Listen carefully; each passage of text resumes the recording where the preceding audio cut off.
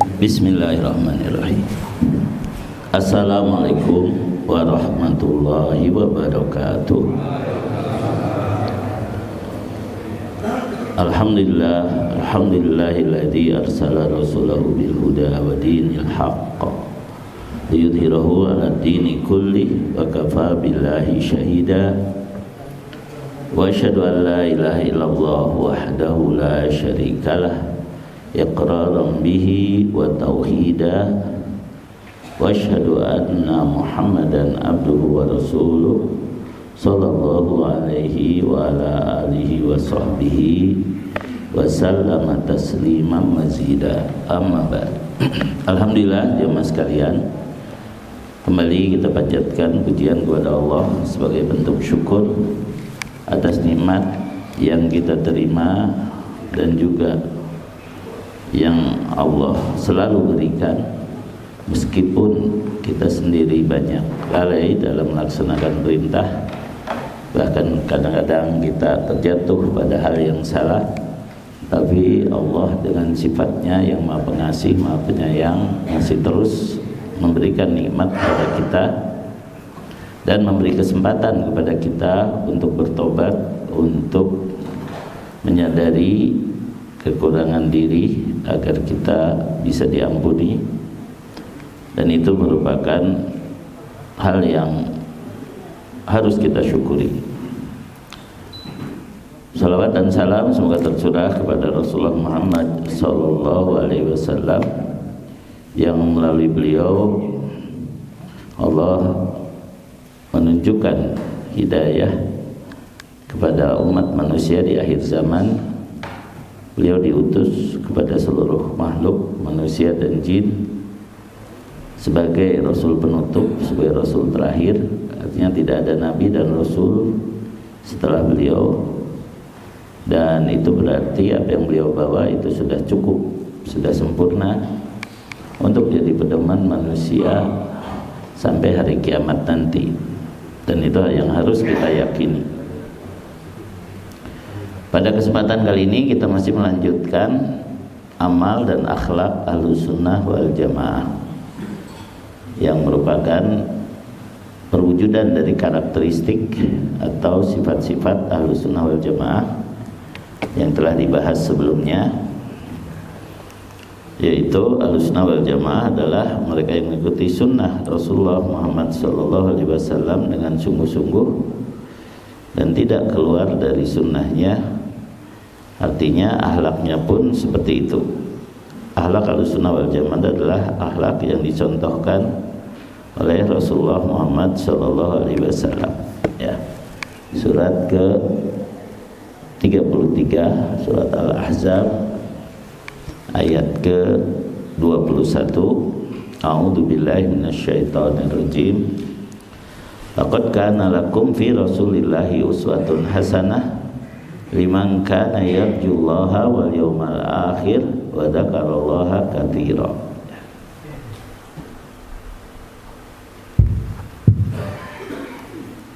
Sungguh telah ada pada diri Rasulullah itu suri teladan yang baik bagimu, yaitu bagi orang-orang yang mengharap rahmat Allah dan kedatangan hari kiamat, dan yang banyak mengingat Allah. Ya, jadi di situ disebutkan sungguh telah ada bagi kalian wahai orang-orang yang beriman pada diri Rasulullah Muhammad SAW teladan yang terbaik. Ya, bagi siapa? Bagi orang yang berharap bertemu dengan Allah, yaitu masuk surga, berharap kebaikan di akhirat, ya, kemudian banyak mengingat Allah.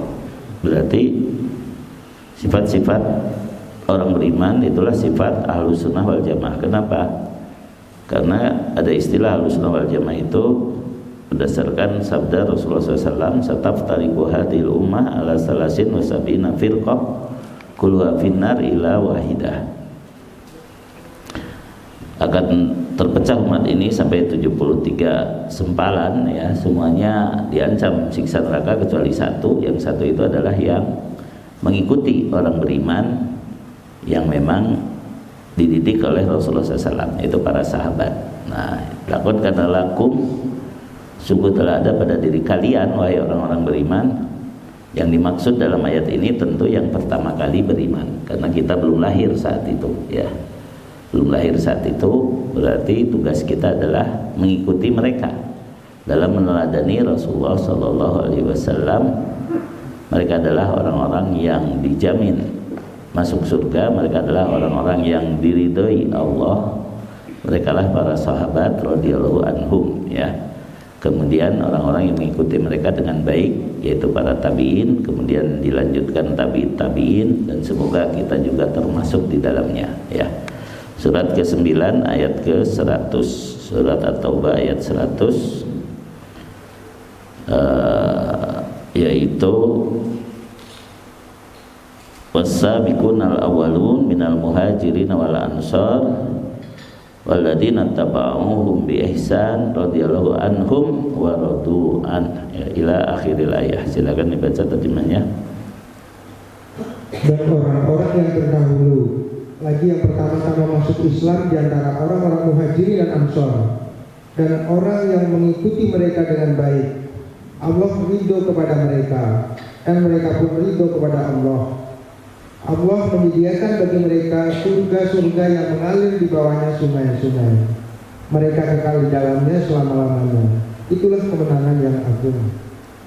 Nah, jadi orang yang diridhoi Allah adalah as-sabiqunal awwalun, orang yang terdahulu lagi pertama kali masuk Islam. Orang yang mengikuti mereka adalah yang tidak termasuk as-sabiqunal awwalun, walaupun termasuk sahabat Nabi, dan mereka yang mengikutinya setelah itu, yaitu para tabi'in, dan orang-orang yang mengikutinya setelah itu, para tabi'in, dan seterusnya sampai hari kiamat. Yaitulah orang-orang yang diridhai Allah. Kita katakan memang ada perbedaan. Para sahabat itu ada yang termasuk as-sabiqunal awwalun, orang-orang yang terdahulu lagi pertama kali masuk Islam, yaitu dicirikan dengan Fathu Makkah, ya. Jadi sebelum Fathu Makkah maka dibagi dua, ada sahabat yang hijrah dari Makkah ke Madinah, dan ada sahabat yang menerima orang-orang yang hijrah itu. Orang yang hijrah disebut muhajirin, orang yang menerima, menampung, menolong dan membantu mereka disebut ansor. Kemudian setelah Fathu Makkah, berbondong-bondonglah orang masuk Islam, maka banyaklah sahabat Rasulullah SAW setelah itu. Karena definisi sahabat adalah mereka yang bertemu dengan Rasulullah SAW, kemudian mereka masuk Islam dan mereka meninggal dalam keislaman, maka itulah para sahabat, ya.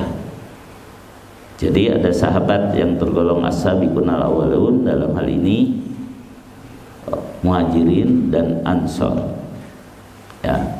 Muhajirin dan ansor adalah as-sabiqunal awwalun. Kemudian orang-orang yang setelah Fathu Makkah, karena tidak ada hijrah lagi, maka mereka itu juga sahabat. Itu adalah yang mengikuti mereka, yang mengikuti para sahabat atau as-sabiqunal awwalun.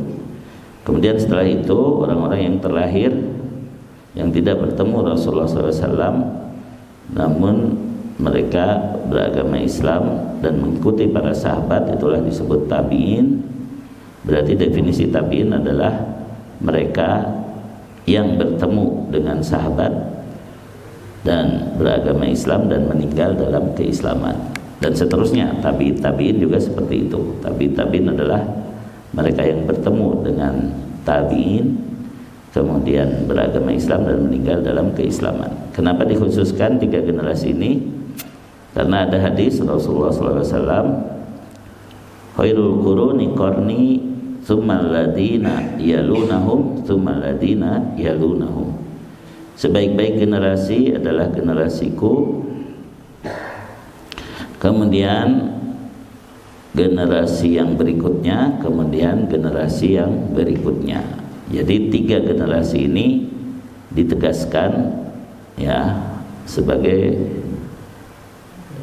tafsiran dari surat At-Taubah ayat 100 yang disebut sebagai orang-orang yang terdahulu bagi pertama kali masuk Islam serta yang mengikuti mereka dengan baik.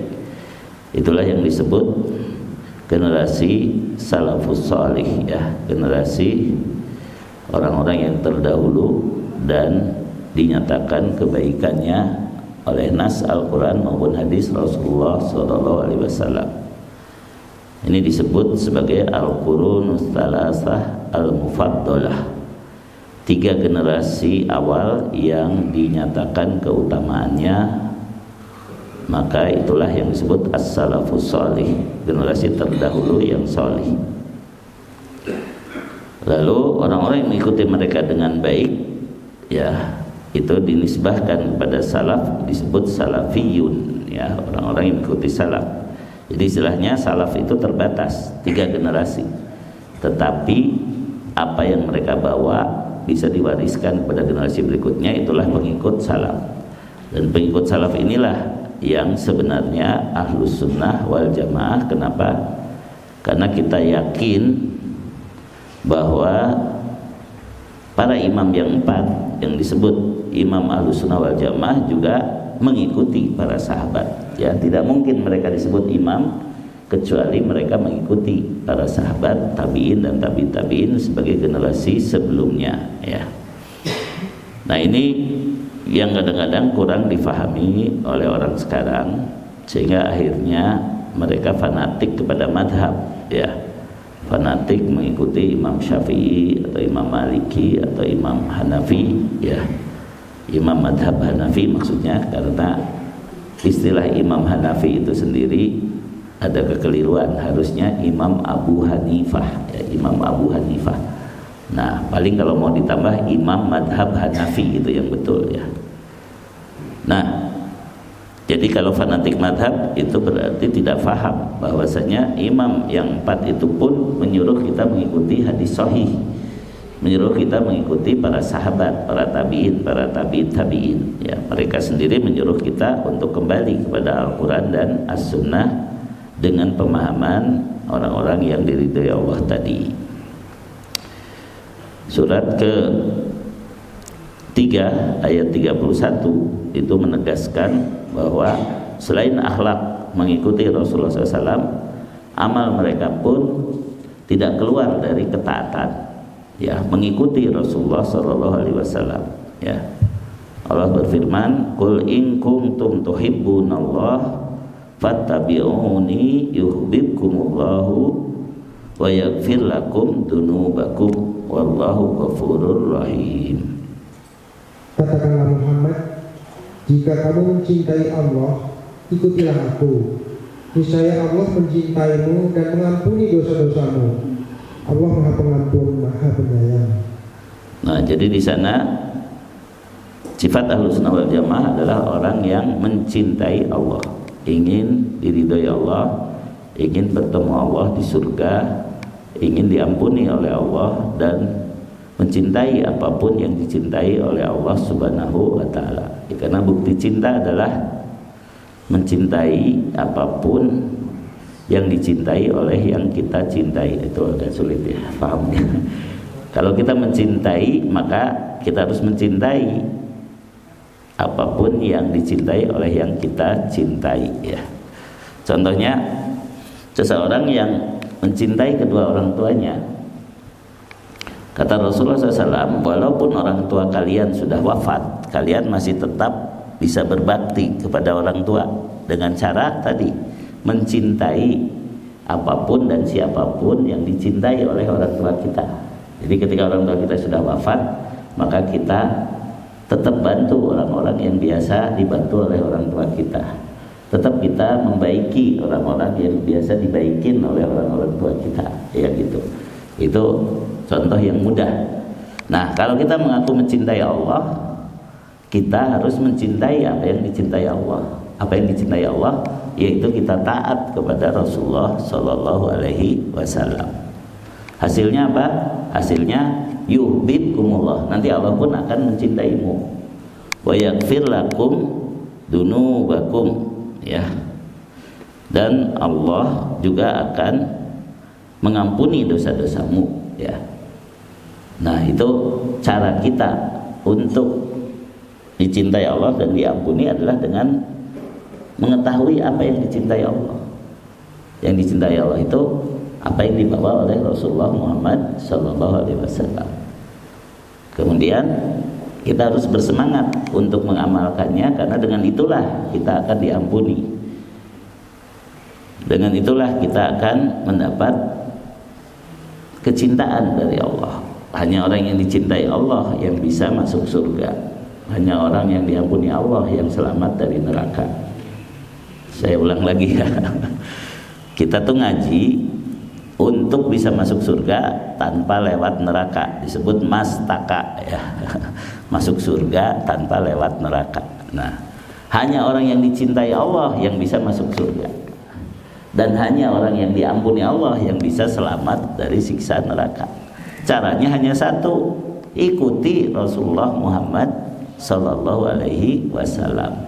Amalkan Quran dan Sunnah, jangan cuma sugan jeung cenah, ya.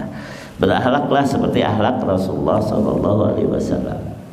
Ketika Aisyah radhiyallahu anha ummul mukminin ditanya bagaimana akhlak Rasulullah SAW, beliau menjawab kana khuluquhul Quran. Ya, akhlak Rasulullah SAW adalah Al-Quran, ya. Yaitu beliau mewujudkan Al-Quran dalam perilaku beliau. Beliau mengajarkan Al-Quran kepada para sahabat. Al-Quran itu dijelaskan sejelas-jelasnya oleh beliau kepada para sahabat. Para sahabat memahaminya dan melanjutkannya kepada murid-murid mereka. Maka disitulah kita tahu ada rantai emas, ya, dari Al-Quran kepada perilaku Rasulullah SAW, kepada sunnah hadis Rasulullah SAW disampaikan kepada para sahabat, lalu sahabat pun melanjutkan berikutnya sampai ke kita. Jadi kita jangan sampai paremen obor, ya. Paremen obor itu hilang sambungan, ya, sampai kepada Rasulullah SAW. Yaitu kita harus mengenali orang-orang yang tetap teguh berpegang pada Al-Quran dan As-Sunnah, mengikuti para sahabat radhiyallahu anhum, mengikuti para salafus salih. Nah, tadi telah dijelaskan ada bedanya di antara sahabat, ada yang termasuk as-sabiqun al-awwalun, yaitu muhajirin dan ansor, ada yang masih termasuk sahabat tapi tidak termasuk as-sabiqun al-awwalun, yaitu disebutkan dalam surat Al-Hadid ayat 10. Allah Ta'ala berfirman, wa ma lakum alla tunfiqu fi sabilillahi walillahi mirasus samawati wal ard la yastawi minkum man anfaqa qabla al-fathi wa qatal ulaika a'zamu darajatan minal ladina anfaqu min ba'du wa qatalu wa kullu wa'adallahu al-husna wallahu bima ta'maluna khabir. Dan mengapa kamu tidak menginfakkan hartamu di jalan Allah, padahal milik Allah semua pusaka langit dan bumi? Tidak sama orang yang menginfakkan hartanya di jalan Allah di antara kamu dan berperang sebelum penaklukan Mekah. Mereka lebih tinggi derajatnya daripada orang-orang yang menginfakkan hartanya dan berperang setelah itu. Dan Allah menjanjikan kepada masing-masing mereka balasan yang lebih baik. Dan Allah Maha teliti terhadap apa yang kamu kerjakan. Ya, jadi para ulama menyatakan sebagaimana yang disampaikan oleh Al-Ustaz Yazid bin Abdul Qadir Jawas rahimahullah, bahwa semua sahabat secara umum dijanjikan surga. Walaupun kalau menyatakan satu persatu itu perlu dalil, ya. Si fulan masuk surga, si fulan masuk surga, itu satu persatu itu ada dalil-dalil khusus, ya. 4 khulafaur rasyidin, 10 sahabat yang dijanjikan surga secara pasti oleh Nabi, tapi hakikatnya seluruh sahabat dijanjikan surga berdasarkan ayat ini. Wa kullan wa'adallahul husna. Baik yang berperang sebelum Fathu Mekah, berinfak sebelum Fathu Mekah maupun setelahnya, para sahabat itu sama-sama dijanjikan surga, ya. Hanya bedanya apa? Yang sebelum Fathu Mekah lebih tinggi derajatnya, itu ya. gitu aja. Jadi al-husna di sini maksudnya balasan yang lebih baik, artinya jannah, surga ya, sebagaimana dalam surat ke-10 ayat ke-26 ya, surat Yunus ayat ke-26, lilladzina ahsanul husna wa ziyadah wala yarhaqu wujuhahum qataru wala dhillah ulaika ashabul jannah hum fiha khalidun ya.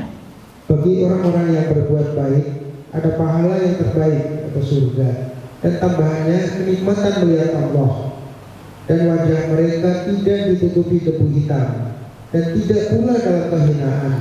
Mereka itulah penghuni surga, mereka kekal di dalamnya. Ya, jadi kalau ingin jadi penghuni surga, maka kita harus mengikuti orang-orang yang sudah berperan dan berinfak sebelum Fatu Mekah, dan orang-orang setelahnya, para sahabat, dan orang setelahnya lagi yang mengikuti mereka dengan baik ya. Walladzina taba'uhum bi ihsan. Ini bisa diartikan mengikuti dengan sebaik-baiknya, atau juga bisa diartikan mengikuti ihsannya mereka ya, karena tadi disebutkan lilladzina ahsanul husna wa ziyadah. Bagi orang-orang yang ihsan maka akan mendapat al-husna, yaitu surga, wa ziyadah, dan tambahannya itu apa? Kenikmatan melihat Allah. Bahkan tambahannya itulah yang disebut sebagai nikmat paling besar di surga. Kita sekarang mungkin belum kebayang ya, betulkah melihat Allah, bertemu Allah menjadi nikmat yang paling besar? Tapi karena kita dikasih tahu begitu, harus kita yakini. Kenapa? Karena kita ada ini pasti ada pertanyaan ya, kok kita bisa ada ya, untuk apa kita ada? Lalu setelah kita dikasih jawabannya bahwa kita diciptakan oleh Allah, kita diciptakan untuk beribadah kepada Allah, Allah itu maha kaya, Allah tidak butuh kepada adanya kita, Allah juga tidak butuh kepada ibadahnya kita, tapi Allah ingin agar kita bahagia ya. Nah, puncak bahagia itu nanti yaitu ketika kita masuk surga, dan puncak kenikmatan di surga yaitu ketika kita berjumpa dengan pencipta kita. Nah, itu konsepnya seperti itu, dan itu harus dihayati sehingga akhirnya di dunia pun belajar untuk menghayati ibadah. Ketika kita sholat, kita merasa sedang berhadapan dengan zat yang maha kuasa, yang maha indah, yang maha bijaksana, yang maha pengasih, maha penyayang. Tapi tidak perlu dibayangkan ya, karena ihsan itu adalah anta budallaha ka'annaka tarahu. Engkau beribadah kepada Allah seolah-olah engkau melihatnya. Istilah seolah-olah itu menunjukkan memang kita nggak melihat Allah. Jangan sampai seolah-olah melihat Allah lalu dibayangkan. Bayangkan lafaz Allah bulat kan, itu ayat tulisan, itu nggak boleh. Makanya jangan merem. Jangan merem kalau sholat itu ya. Lihat ke tempat sujud, lalu seolah-olah melihat Allah itu yaitu kita berhadapan dengan Allah, menghayati nama-nama, sifat-sifat dan kesempurnaan pekerjaan Allah. Fa illam takun tarahu fa innahu yaraka. Karena jika engkau tidak melihat Allah, sebenarnya Allah terus melihatmu. Jadi seolah-olah melihat Allah itu dengan merasakan pengawasan Allah. Dengan merasakan bahwa kita selalu diawasi Allah, bahwa kita sekarang ketika duduk di tempat ini Allah terus mengawasi kita, Allah terus melihat kita, lalu kita melakukan hal yang sebaik-baiknya. Ada seorang syekh memberi nasihat bagaimana caranya agar kita merasakan pengawasan Allah, tapi ini hanya sekedar metode ya. Jadi kalau kita misalnya di hari Idul Fitri kumpul keluarga, biasanya ada salah satu tokoh atau dua atau tiga lah ya yang dianggap sebagai tokoh yang paling disegani ya, paling disegani, sehingga kalau ketemu dengannya kita tuh ingin ya menunjukkan yang terbaik lah, sopan ya, kemudian melayani apa segala macam. Nah sama juga misalnya bukan di antara keluarga, di antara masyarakat aja mungkin ada orang-orang yang biasa disegani atau dihormati atau dihargai. Katakanlah misalnya Pak Lurah atau Pak Camat atau Pak Wali Kota gitu kan ya. Nah Kalau orang yang disegani itu terus menerus mengikuti kita 24 jam terus menerus mengikuti kita 24 jam, kita pasti berusaha sebaik-baiknya ya, makan juga sebaik-baiknya, tidur juga sebaik-baiknya, seperti itu. Itu kalau diawasi manusia saja seperti itu ya.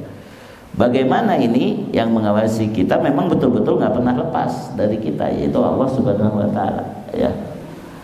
Maka seharusnya kalau kita betul-betul menghargai atau mengagungkan Allah, harusnya merasa malu kalau berbuat maksiat ya.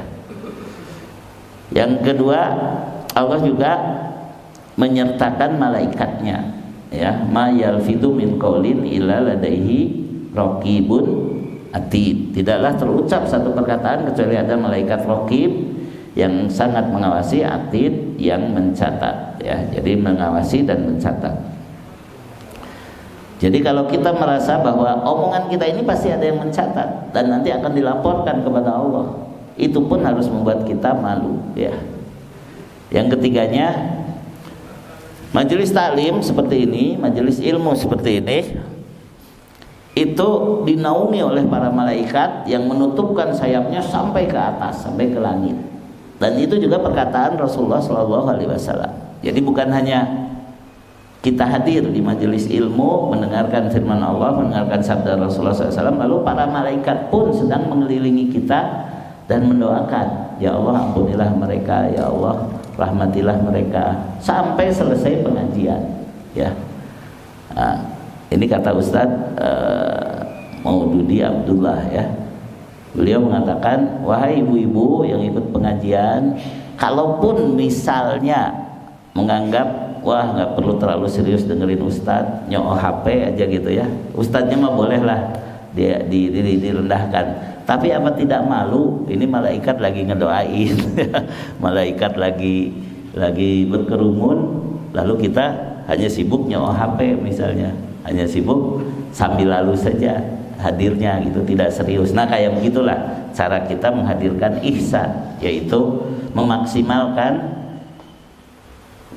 keikhlasan kita, memaksimalkan ketaatan kita. Itulah ihsan ya, karena ihsan itu adalah puncak dari seseorang dalam berislam. Ada 3 tingkatan ya. Satu apa? Islam, yaitu taat secara lahir. Iman, taat secara lahir sudah disertai keyakinan batin yang benar. Kemudian memaksimalkan ketaatan, memaksimalkan keimanan dan keikhlasan, inilah ihsan. Ya, ihsan itu puncaknya ya. Baik, sekarang saya akan merujuk sifat-sifat Ahlussunnah wal Jamaah seperti dalam buku ini, buku kitab tauhid yang telah disampaikan, yaitu Ahlussunnah wal Jamaah memandang bahwa pelaksanaan haji, pelaksanaan sholat Jumat dan hari-hari raya Islam, yaitu hari Idul Fitri, Idul Adha, itu harus ikut bersama ulil amri. Ulil amri yaitu para penguasa muslim, baik penguasa itu yang soleh, yang baik maupun yang fajir. Selama mereka mengatur urusan kita kaum muslimin, maka kita harus ikut ya. Mereka meyakini wajibnya mendirikan syiar-syiar ini bersama para penguasa kaum muslimin, apakah mereka orang-orang soleh yang istiqomah ataukah orang-orang yang fasik, selama kefasikan itu tidak mengeluarkan mereka dari Islam. Tujuannya untuk menyatukan kalimah dan mengantisipasi adanya perpecahan dan perselisihan. Seorang pemimpin yang fasik tidak boleh digulingkan lantaran kefasikannya dan tidak diperbolehkan pula memberontak atau membangkang kepadanya. Karena hal itu dapat menimbulkan hilangnya hak-hak dan pertumpahan darah. Kata Syekhul Islam Ibnu Taimiyah rahimahullah, beliau berkata, boleh jadi hampir-hampir tidak ada sekelompok orang yang keluar dari penguasa, melainkan tindakan itu lebih mendekati kerusakan daripada menghilangkannya. Adapun para ahli bid'ah, mereka memandang bahwa memerangi para penguasa dan menentang mereka jika mereka melakukan tindakan kedoliman atau mereka kira sebuah kedoliman adalah merupakan bentuk amal ma'ruf dan nahi mungkar. Nah, ini perlu diketahui bahwa awal mula perpecahan dalam umat ini adalah perpecahan Khawarij ya. Khawarij itu orang yang keluar dari ketaatan. atau pemberontak. Bisa dikatakan huruj itu artinya pemberontak, ya. Apa arti huruj? Pemberontak, ya.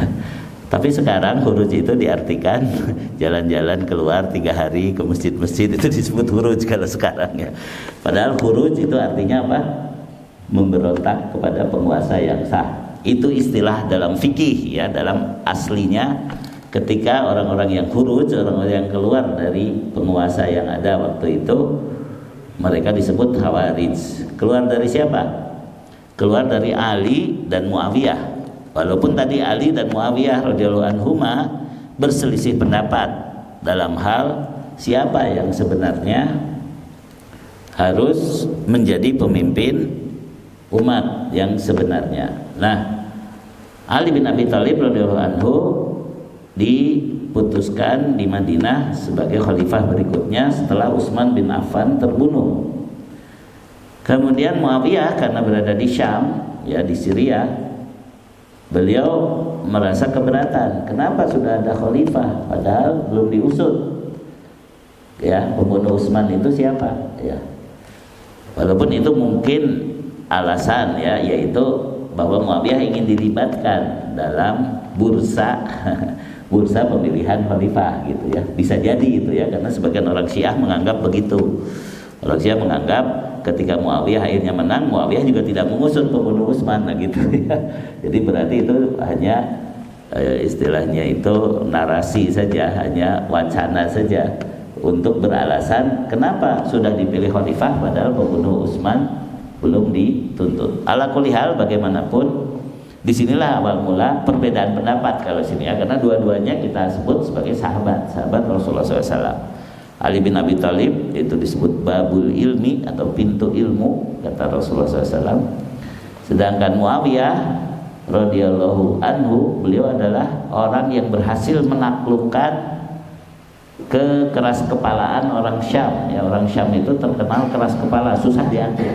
Tapi kepada Muawiyah radhiyallahu anhu sangat taat, ya. Nah, disitulah akhirnya terjadi perbedaan pendapat sampai terjadi peperangan. Nah, namun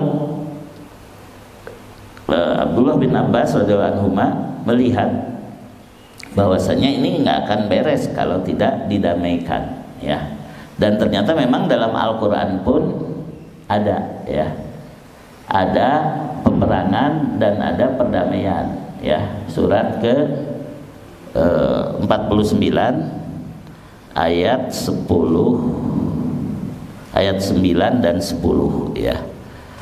Jadi ketika sekarang misalnya mempertanyakan kenapa sahabat Nabi kok bisa berperang, Allah juga sudah berfirman begitu sebelumnya, gitu ya. Allah pun sudah berfirman nanti bisa terjadi peperangan di antara umat Nabi Muhammad SAW. Tapi bagaimana adab kita, bagaimana tadi akhlak kita menyikapi hal tersebut, lihatlah Al-Quran, gitu ya.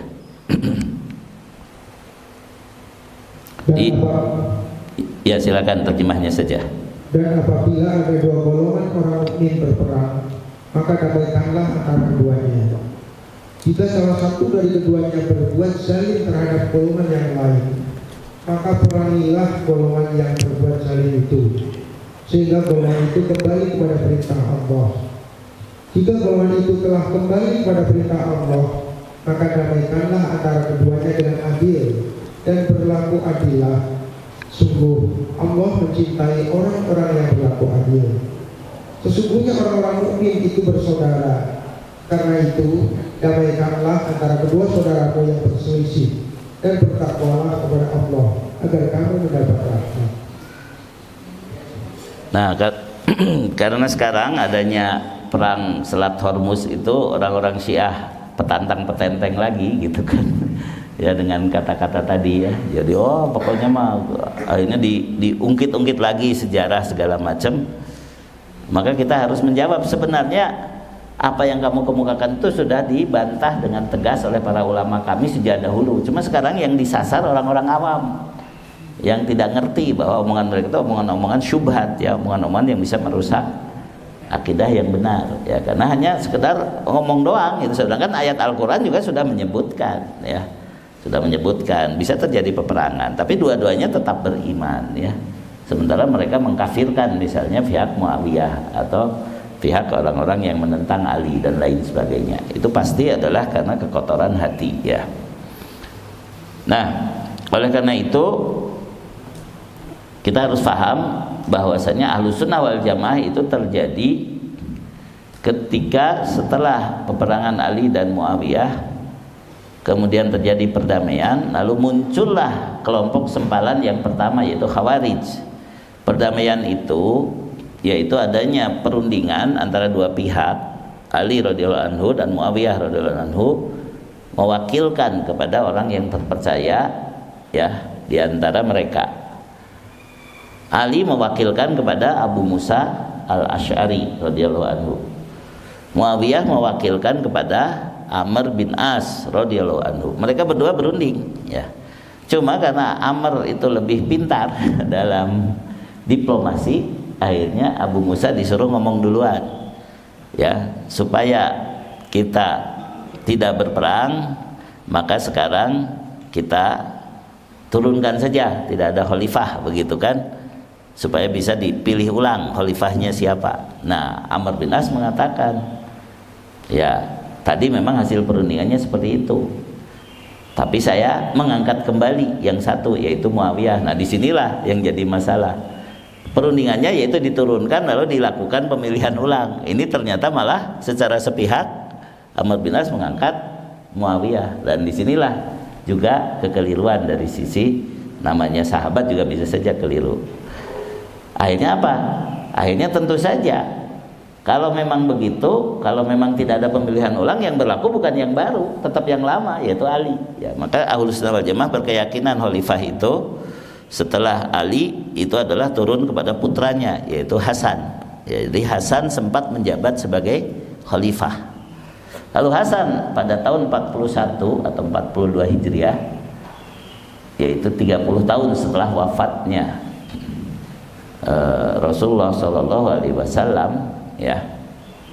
Karena ada hadis yang mengatakan Khulafaur Rasyidin setelahku akan berlangsung 30 tahun. Ada hadis yang menyatakan seperti itu.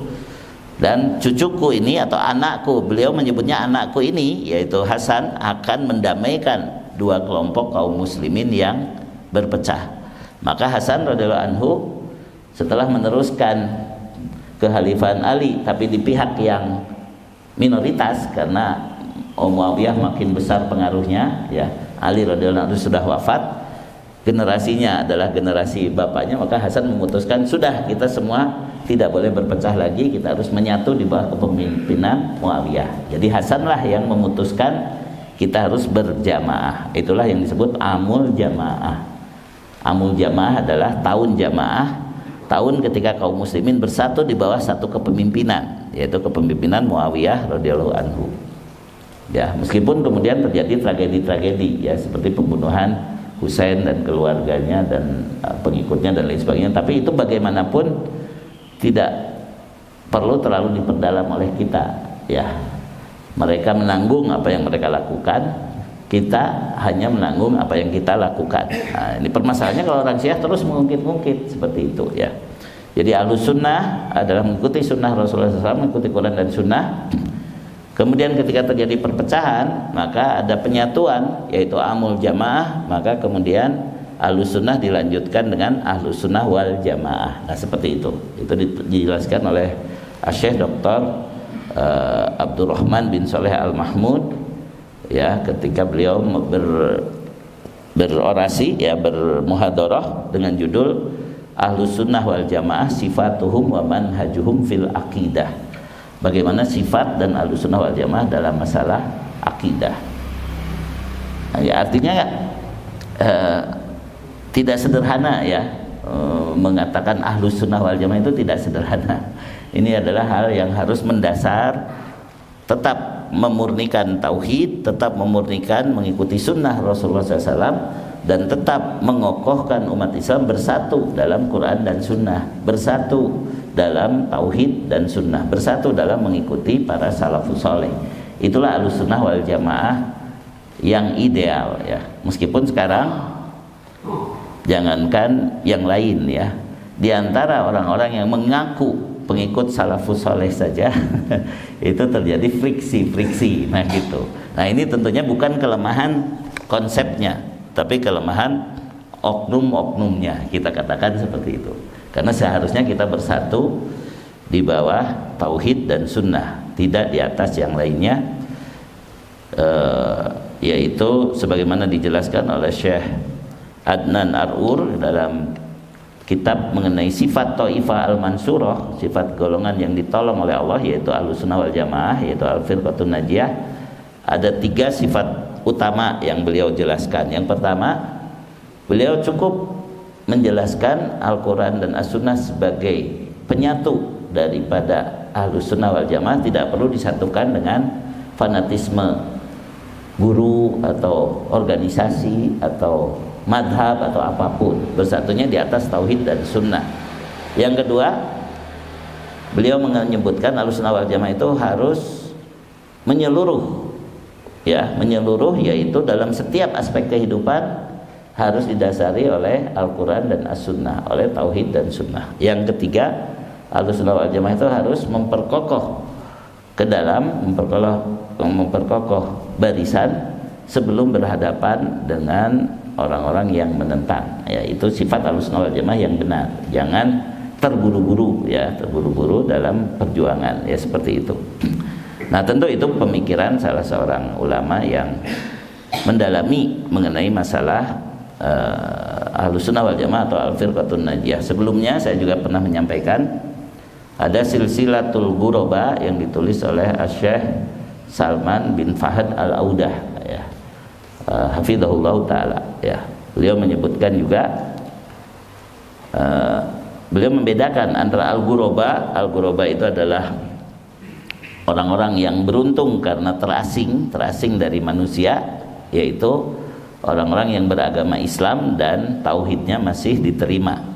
Itulah ghuraba, karena umat Islam di zaman ini masih lebih sedikit daripada orang-orang kafir. Betul apa tidak? Ya, penduduk dunia kira-kira 8,5 miliar, umat Islam kira-kira hanya 20-25% saja, ya. Jadi umat Islamnya hanya 2 miliar atau 2,5 miliar, ya, kira-kira, ya, gitu, dari seluruh penduduk dunia, ya. Kemudian di antara umat Islam juga tidak semuanya beres, ya. Maka di situ ada yang selamat di antara umat Islam yang disebut atau Al-Firqatun Najiyah, yaitu yang disebut Ahlussunnah wal Jamaah yang benar, ya. Kemudian lingkaran yang lebih kecil lagi, yaitu yang betul-betul fokus mempertahankan kemurnian daripada mengikuti Rasulullah SAW, kemurnian mengikuti Rasulullah SAW dan para sahabat, dan selalu ditolong oleh Allah. Itulah yang disebut At-Taifatul Mansurah. Jadi selain memegang manhaj Ahlussunnah wal Jamaah, juga mempunyai jiwa perjuangan, jiwa jihad, ya. Karena orang yang berjihad itu lebih tinggi juga derajatnya daripada orang yang sekedar selamat untuk diri sendiri, ya, berdasarkan surat 29 ayat 69, ya. Walladzina jahadu fina lanahdiyannahum subulana, ya, wa innallaha lama'al muhsinin. Dan orang-orang yang berjihad untuk mencari keridhaan kami akan tunjukkan kepada mereka jalan-jalan kami. Dan sungguh Allah beserta orang-orang yang berbuat baik. Nah itu, ya, jadi harus menumbuhkan juga semangat jihad, ya, semangat jihad. Jihad itu ada empat macam, ya. Yang pertama, jihad melawan orang kafir, ya, membela kaum muslimin. Yang kedua, jihad melawan hawa nafsu. Yang ketiga, jihad dengan menghilangkan cinta dunia di hati dengan berinfak, dengan mengeluarkan harta di jalan Allah. Dan yang keempat, jihad dengan beramar ma'ruf nahi mungkar. Dan orang yang berjihad inilah yang dijamin dia akan dicintai Allah. Dan tadi kalau dicintai Allah akan masuk surga, ya. Surat ke-3 ayat 142. Am hasibtum antadkhulul jannah walamma ya'lamillahu alladina jahadu minkum wa ya'lamas sabirin, ya. Apakah kamu mengira bahwa kamu akan masuk surga, padahal belum nyata bagi Allah orang-orang yang berjihad di antara kamu, dan belum nyata orang-orang yang sabar. Nah, ini masuk kepada ciri yang berikutnya atau akhlak berikutnya. Ahlussunnah wal Jamaah menjaga sholat berjamaah dan sholat Jumat, karena keduanya adalah salah satu syiar Islam yang agung, juga dalam rangka menaati Allah Subhanahu wa taala dan menaati Rasulnya sallallahu alaihi wasallam. Kenapa harus disebut? Padahal itu kan sudah biasa kan ya, bagi kita sudah biasa sholat berjamaah Jumatan. Karena ini yang paling jelas mengapa kita katakan orang Syiah itu sesat. Mereka tidak mewajibkan Jumatan. Ya. Ya, tidak ada Jumatan kalau orang Syiah mah. Jadi kalau orang Sunni tinggal di Iran itu Jumatan itu sembunyi-sembunyi. Ya, tidak boleh, kalau diketahui bahwa ada orang Jumatan langsung ditekan gitu kan. Ya, tidak ada Jumatan orang Syiah itu ya. Kemudian yang kedua, tidak ada berjamaah tarawehan. Ya, tarawehan aja tidak berjamaah ya, apalagi sholat biasa ya. Tapi itu saya nggak tahu, kalau yang sholat biasa kadang-kadang mereka ikut berjamaah juga. Tapi sholat mereka itu 3 kali ya, bukan 5 kali ya, bukan 5 waktu, 3 waktu ya, kayak begitu. Nah, oleh karena itu di sini disebut menjaga sholat berjamaah dan sholat Jumat. Maksudnya sholat berjamaah yaitu sholat fardu bagi laki-laki, laksanakan di masjid. Jadi jangan yang jauh-jauh dulu. Ahlussunnah wal Jamaah, apakah kita setia tidak berjamaah di masjid?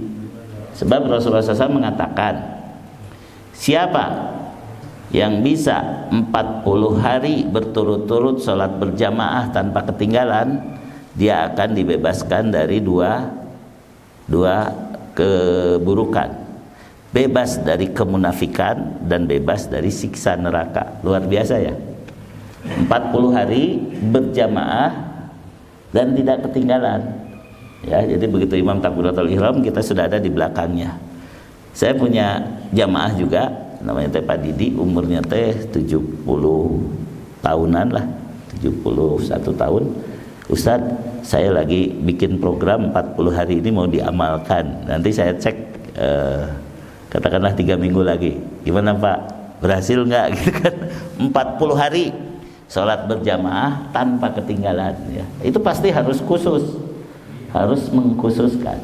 Nah, sementara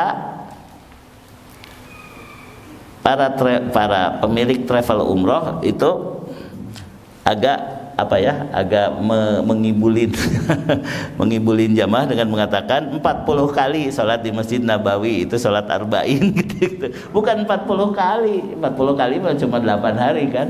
Hadisnya 40 hari ya. Dan bukan hanya di Masjid Nabawi ya, bukan hanya di Mekah atau Madinah, dimanapun, di masjid manapun, kalau bisa 40 hari berjamaah tanpa ketinggalan, dijamin dibebaskan dari 2 perkara, bebas dari kemunafikan dan bebas dari siksa neraka. 40 hari jangan pernah ketinggalan. Nah, ini puncaknya ya, tapi minimalnya menjaga sholat berjamaah minimalnya ya. Nah, cuman memang akhirnya ada debat fikih ya. Debat fikih itu sebenarnya sholat berjamaah teh wajib apa sunat, nah, gitu kan. Udah jelas Rasul berjamaah terus, maka kata Syekh Utsaimin, kalau betul-betul Ahlussunnah wal Jamaah begitu itu dilaksanakan Nabi, begitu itu diperintahkan Nabi, nggak perlu bertanya lagi ini wajib apa sunat gitu. Ya, udah ya laksanakan gitu kan, laksanakan. Nah, jumhur ulama memang menyebutnya bukan wajib, yaitu sunnah muakkadah, sunnah yang sangat dianjurkan berdasarkan hadis yang berjamaah dapat 27 derajat, yang tidak berjamaah dapat 1 derajat. Kalau masih dapat kene berarti kan tidak wajib, begitu mereka menyimpulkannya. Sedangkan ulama madhab Hanafi ya, Imam Ahmad dan para pengikutnya melihat bahwa sholat berjamaah itu hukumnya wajib berdasarkan hadis-hadis yang menyebutkan bainana wa bainal kufri tarkus sholah, antara keislaman dengan kekafiran itu meninggalkan sholat. Meninggalkan sholat sama sekali itu adalah kekafiran. Meninggalkan sholat berjamaah maka itu ada satu pertanyaan. Jadi ada dosa di situ. Ya, ada dosa tapi salatnya tetap sah karena mendapat 1 derajat. Cuma dia berdosa karena tidak berjamaah. Kalau berdosa berarti wajib. Berikutnya juga hadis Rasulullah SAW yang menyebutkan, ini sering kita dengar ya. Kalau saja ada yang bisa mengimami, menggantikan aku akan mengajak para pemuda untuk membawa obor, membakar rumah-rumah orang munafik yang tidak mau sholat berjamaah. Walaupun itu tidak pernah kejadian. Karena Rasul sampai sekeras itu dalam hal sholat berjamaah, berarti yang betul pendapat berjamaah itu wajib bagi laki-laki yang mampu dan tidak ada udzur syar'i. Ya, ditambah ya. Mampu untuk ke masjid, tidak udzur syar'i itu misalnya udzur syar'i itu ya itu udzur syar'inya yang banyak. Ada sakit, ada hujan itu termasuk udzur syar'i. Kemudian ada safar ya. Safar itu termasuk udzur syar'i ya. Jadi kalau hujan misalnya tidak ke masjid itu nggak apa-apa ya. Tapi kalau tidak hujan dan tidak ke masjid dan kita mampu, maka kita harus merasa berdosa ketika sholat sendirian. Kemudian ada lagi jalan keluar. Siapapun yang berjalan melangkahkan kaki ke masjid, maka dia telah dihitung berjamaah sejak keluar rumah. Berarti apa? Kalau telat, walaupun yang di masjid sudah bubar, kita tetap berangkat dari rumah ke masjid, maka dia akan tidak berdosa. Ya, kenapa? Karena dia tetap berusaha untuk ke masjid, walaupun mungkin nanti tebak-tebakan ada nggak ya yang masbuk sama saya, nanti jamaah bareng deh gitu. Kalau enggak juga sendirian asal di masjid itu tetap terbebas dari dosa tidak berjamaah. Kenapa? Karena hadisnya seperti tadi, setiap yang melangkah itu sudah dihitung berjamaah. Ya, makanya mana yang lebih penting berjamaahnya apa ke masjidnya? Ternyata ke masjidnya yang penting gitu. Karena orang ke masjid ketika tidak ada yang berjamaah di masjid itu, dia tetap bebas dari dosa tidak berjamaah gitu. Ini bisa mengerti nggak? Misalnya di kampung ya, kita duhur nggak ada yang adzan, terus kita ke masjid nggak ada yang sholat, lalu kita sholat sendirian, maka kita yang selamat gitu. Sementara kan kebanyakan orang ada sholat sunat iya, sholat duhur mah sepi, sholat asar mah sepi, nanti maghrib isya baru rame. Betul kan? Kalau di kampung rata-rata gitu ya, karena merasa tadi tidak wajib. Nah, kalau Ahlussunnah wal Jamaah menjaga harus tetap ada jamaah ya, harus tetap ada sholat berjamaah. Tapi yang pentingnya apa? Ke masjidnya sebenarnya. Walaupun tadi misalnya kita tidak bisa ke masjid tapi tetap berjamaah, itu pun sudah menghilangkan dosa tidak berjamaah. Ya, seperti itu. Baik, sampai di situ saja untuk pagi ini. Karena ini tinggal sedikit, jadi diirit-irit membahasnya. Diirit-irit, diulang-ulang. Enggak, ini yang berjamaah ini tadi penekanannya karena kita kalau ngaji tapi tidak mau berjamaah rasanya kok kayak gagal gitu pengajiannya gitu. Seperti kalau ngaji tapi makan minum masih tangan kiri, saya merasa gagal pengajiannya gitu. Jadi seperti itu ya, kalau sudah ngaji mah harus berjuang untuk bisa berjamaah, harus berjuang untuk akhlak-akhlak yang kecil itu dijaga ya, seperti itu ya. Cukup atau masih ada? Dipersilakan. Ada yang bertanya? Ya silakan Pak Hasan dulu, ini yang jarang nanya, Waalaikumsalam warahmatullahi wabarakatuh. Ini kita mengenai masalah Syiah. Iya. Karena ada istilahnya yang namanya satu negara itu. Ya. Assalamualaikum warahmatullahi wabarakatuh. Waalaikumsalam warahmatullahi wabarakatuh. Alhamdulillah rabbil alamin. Kiranya bahwa ada yang menyatakan bahwa setiap negara itu pasti ada anggota Syiah. Tapi kadang-kadang memang kita melihat dari sisi satu negara, Iran sepertinya, yang diduduki ialah koordinator sebagai Syiahnya. Tapi saya melihat dari sisi, bukan saya melihat, saya mendengar isu bahwa Syiah itu adalah yang digembar-gemborkan oleh negara Amerika dan Yahudi ya. Jadi istilahnya dengan kategori sekarang saja mereka memudahkan bahwa bagaimana caranya Islam itu terpecah. Tapi alhamdulillah kalau kita lihat di sini bahwa negara Islam itu sudah sadar bahwa disponsori oleh negara Turki Erdogan ya, dengan Pakistan, dengan Uni Emirat Arabnya dan lain-lainnya sudah bersatu. Dan saya dengar juga alhamdulillah bahwa Amerika sudah menyerah dalam perang ini.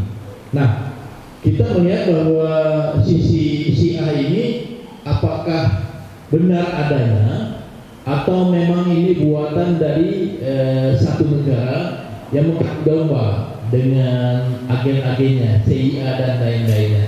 Itu mungkin perlu ditambahkan oleh Pak Ustadz. Kalau memang ada istilahnya memberikan gambaran kepada kita semua. Assalamualaikum warahmatullahi wabarakatuh. Waalaikumsalam warahmatullahi wabarakatuh. Ya baik, mungkin kita ini generasi yang menyaksikan revolusi di Iran, yaitu tahun 78 ya. Ya mungkin saya tahun 78 itu umur saya baru 67 tambah 3 tambah 8 11 tahun ya. Oh, tapi sejak revolusi Iran tahun 78 itu merebaklah ya orang-orang yang tadinya sembunyi-sembunyi di Indonesia sebagai Syiah, akhirnya tampil menyebarkan buku-buku Syiah sebagai madhab kelima ya, dialog Sunni Syiah. Kemudian wah, akhirnya anak muda banyak yang tertarik Syiah. Tapi kemudian dijelaskan juga kebobrokan Syiah, terutama dalam hal akhlak, yaitu nikah mut'ah ya. Nikah mut'ah itu yang paling disukai dari Syiah ya. Saya ketemu gadis cantik lalu bilang, "Neng, kita nikah aja ya, sejutaan saminggu teu naon." Nah, gitu kan nikah mut'ah. Enak ya kalau bisa begitu. Halal lagi kata mereka ya. Enak kalau bisa begitu. Nah, kemudian yang lainnya adalah ya mereka merasa bahwasanya Quran di kita itu belum lengkap. Ada Quran yang disebut Mushaf Fatimah katanya gitu. Sampai 14.000 ayat. Itu beberapa teman-teman yang dulu pernah terpengaruh Syiah bilang ke saya. Akhirnya mereka sadar lagi kembali ke sunnah. Ya kita diajarin begitu katanya, Quran Syiah itu ada sampai 14.000 ayat dan lain sebagainya. Nah sekarang dengan adanya perang Hormuz ini, akhirnya orang-orang yang Syiah di Indonesia atau yang terpengaruh Syiah mempengaruhi lagi kita-kita. Ya, kita harus bersatu, kita sama-sama Islam. Apa bedanya? Qurannya juga sama, kiblatnya juga sama, nabinya juga sama. Kenapa kamu memecah belah Syiah dengan Sunni? Pertanyaannya adalah siapa yang sebenarnya memecah belah di sini? Indonesia sudah jelas dari dulu negara Ahlussunnah, walaupun ada penganut Syiah. Sementara Iran jelas-jelas negara Syiah, walaupun mungkin ada penganut Sunni di sana. Nah, ketika orang Sunni di Iran itu menampilkan tadi sholat berjamaah atau sholat taraweh, itu dikejar-kejar sampai ditekan gitu kan. Karena saya ada jamaah yang keturunan Turkmen ya, dia mengatakan memang kami juga hampir tuh terpengaruh Syiah karena di sekolah itu diajarkan doktrin Syiah begitu kan. Tapi alhamdulillah akhirnya dia dengan perkembangan teknologi melihat di internet ulama-ulama yang besar itu memang ulama Sunni gitu. Kemudian juga dia berkomunikasi dengan orang Indonesia, akhirnya dia menikah dengan orang Indonesia di sini, lalu dia cerita keadaan yang sebenarnya di Iran. Bahwa di Iran itu negara Syiah tapi ada penganut Sunni, tapi penganut Sunninya nggak nyaman. Nah wajar juga kalau di Indonesia negara Sunni dari dulu orang Indonesia mengaku Ahlussunnah wal Jamaah, bahkan paling Ahlussunnah wal Jamaah kan gitu ya. Sampai ada istilah tersendiri disebut aswaja. Di Indonesia saja itu Ahlussunnah wal Jamaah jadi aswaja. Tiba-tiba orang Syiah masuk, berarti mereka yang memecah belah. Yang tadinya kita udah tenang-tenang, ini kata Dr. Adian Husaini yang mengatakan begitu ya. Orang Syiah itu kalau tahu diri, udah aja diam aja lah dia, dan kita juga nggak akan ganggu asal nggak ngajak-ngajak. Masalahnya dia ngajak-ngajak, ya, provokatif, bahkan tadi mempengaruhi orang-orang dengan alasan, ayo kita bersatu, kita sama-sama Islam. Yang disebut memecah belah adalah sesuatu yang tadinya bersatu kemudian dipisahkan, itu memecah belah. Yaitu kita sudah bersatu dalam Ahlussunnah, datang orang Syiah, nah itulah yang memecah belah. Ini menurut saya. Nah sekarang kalau mereka mengatakan kita sama-sama Islam, kenapa berpecah belah? Emangnya pernah bersatu? Pernahkah Syiah dan Sunni bersatu di sepanjang zaman sampai sekarang? Pernahkah bersatu? Gitu. Belum pernah bersatu. Kata saya Abdul Hasan Ali An-Nadwi, Syiah dan Sunni itu adalah dua wajah saling bertentangan. Ya, bukan sekedar ini bagian dari Islam juga mazhab kelima, bukan sekedar begitu. Banyak aspeknya. Ya, tetapi kalau bersatunya dalam sebagian perkara, misalnya perang memusuhi musuh yang sama, nggak jadi masalah. Ya, bersatu berkumpul di bawah negara yang sama, jangankan dengan Syiah, dengan orang kafir aja kita bisa. Jadi harus dibedakan antara masalah akidah, masalah ibadah, dengan masalah kebersamaan dalam misalnya memerangi Amerika misalnya gitu kan, kebersamaan dalam tinggal di Indonesia, itu nggak sama, urusannya beda ya, urusannya beda ya. Sebagaimana akhirnya nih, mohon maaf nih ya, saya dulu menentang kepada Jabar 1 sebelum terpilih dan beberapa saat setelah terpilih. Kemarin saya ke Subang, lalu istri saya bilang, "Wih, itu jadi rapih ya sekarang di Jalan Cagak segala macam itu beres." Ya, dalam hal itunya kita harus mengakui bagus dari urusan dunianya, tapi tetap kita waspada dari sisi akidahnya. Nah, itulah sifat Ahlus Sunnah, yaitu bisa membedakan, bisa objektif. Dari sisi ininya tetap bagus, dari sisi ininya tetap bermanfaat ya, memerangi Amerika, tapi akidahnya harus diwaspadai tetap gitu ya. Jadi sebaliknya juga, teman-teman kita ngaji bareng, tapi dia kalau utang nggak bayar. Ngajinya bareng gitu kan, tapi dia kalau janji nggak ditepati, ya kita harus mengakui dia satu manhaj, satu guru dengan kita, tapi kelakuannya yang ini mah harus kita nilai ya nggak benar, nah gitu.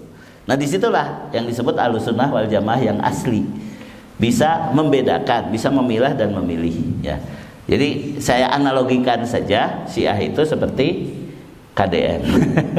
KDM itu dulu diwaspadai dari sisi akidahnya, tapi ternyata ketika sekarang banyak gerakannya yang kelihatannya ya bermanfaat buat masyarakat, ya beres-beres pinggir, ya itu juga harus diakui lah dari sisi itunya ya. Walaupun nanti kalau memang ada agenda tersembunyi yang terkuak, itu Allah yang akan membukakan. Contohnya, saya pernah memuji merek yogurt yang buat menyehatkan usus teh, Yakult ya. Saya pernah memuji Yakult ya. Yakult ini mirip namanya dengan salah seorang menteri kan gitu ya. Saya bilang bahwasanya Yakult ini hebat, bisa menegosiasi pemerintah Saudi untuk nambah kuota, itu saya puji. Ya, kuota untuk Indonesia ditambah. Wah, hebat kan, itu kerja bagus. Ternyata belakangan kuota itu diselewengkan. Nah, itu kan dibukakan oleh Allah soal itunya mah. Nah, begitu ya. Sekarang kita puji juga misalnya dengan adanya Iran melawan Amerika agak ringan lah, mungkin ya, agak ringan tekanan kepada saudara-saudara kita di Gaza, Ahlus Sunnah di Palestina, gitu kan? Mungkin itu juga. Kalau nanti ternyata itu ada agenda terselubung, nanti Allah juga yang akan membukakan. Karena kita harus mewaspadai dari sisi tadi akidahnya, ya, dari sisi behind the scene ya, di balik yang terlihat itu apa. Nah, ya, saya contohkan yang ketiga tadi, Yakult, Yakult merek susu ya. Bagus, bisa menambah kuota. Wah, sampai datang ke sana sendiri, ternyata belakangan ujung-ujungnya kurang bagus. Nah, ini juga saya tetap aja mengakui ini ada bagusnya nih, beres-beres jalan, kemudian jadi tertib, jadi nyaman kayak gitulah ya sepanjang jalan dari Bandung ke Subang sekarang ini ya. Mungkin juga ya. Kenapa? Karena kampungnya. Mungkin juga ya, walau alam ya. Yang jelas dari sisi itunya lah gitu, dari sisi itunya tetap kita harus melihat ini ada bagusnya. Tapi tetap kita waspadai akidahnya. Itu yang saya maksud seperti itu tadi ya. Nah, oleh karena itu ya tolong kita fokus saja kepada bahwa Allah pasti akan memenangkan agama ini dengan apapun caranya. Bahkan Rasulullah SAW mengatakan bahwa bisa saja agama ini terbantu dimenangkan oleh orang-orang yang sebenarnya bukan orang yang diridhoi Allah ya. Contohnya Nabi Musa sempat tinggal dulu di istana Fir'aun ya. Dan mohon maaf ini harus disebut, dan orang Syiah suka marah kalau disebut. Rasulullah SAW dibesarkan oleh pamannya Abu Thalib ya. Orang Syiah marah tuh kalau kita bilang bahwa Abu Thalib itu meninggal dalam kekafiran gitu. Tapi itu kan terjadi dalam sejarah begitu. Jadi kalaupun misalnya Islam ini dimenangkan oleh orang-orang yang sebenarnya fasik ya, itu kan takdir Allah juga gitu. Cuma soal menilai amalnya itu juga Allah lebih tahu apakah dia ikhlas atau tidak. Begitu ya. Yang penting kemenangan Islam sudah pasti. Surat ke-24 ayat 55 ya. Jadi kalau kita bingung, tugas kita sebenarnya hanya dua, iman dan amal soleh. Kemenangan mah urusan Allah. Luruskan tauhid kita, luruskan amal kita. Itu tugas kita sebenarnya. Wa adallahu ladina amanu minkum wa amilus solihati la yastakhlifannahum fil ardi kama stakhlafal ladina min qablihim ya.